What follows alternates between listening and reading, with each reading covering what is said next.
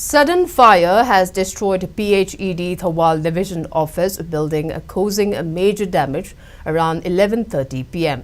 According to police, 6 office rooms of Phed Thoubal Division Office have been engulfed into flames.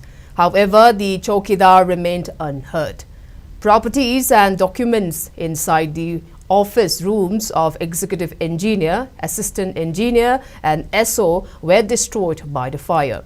According to the chowkidar, he informed the officials as soon as the fire erupted. Thoubal Fire Service came to the spot to douse the fire. Electric short circuit is suspected to be the cause of the fire. However, the exact cause is yet to be ascertained.